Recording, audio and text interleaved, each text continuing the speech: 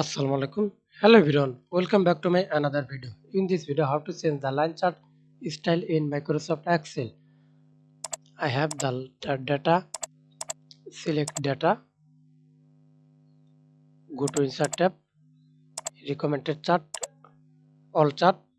Line chart. Select line chart style. Then OK. We can see many style. Chart style. 1, 2, 3.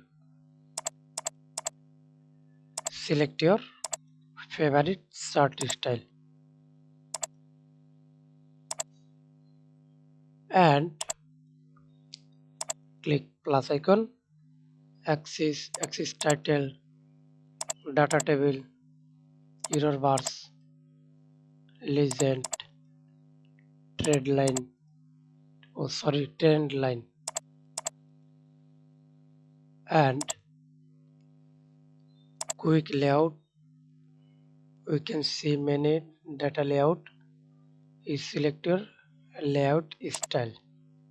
Add chart element. Thanks for watching video.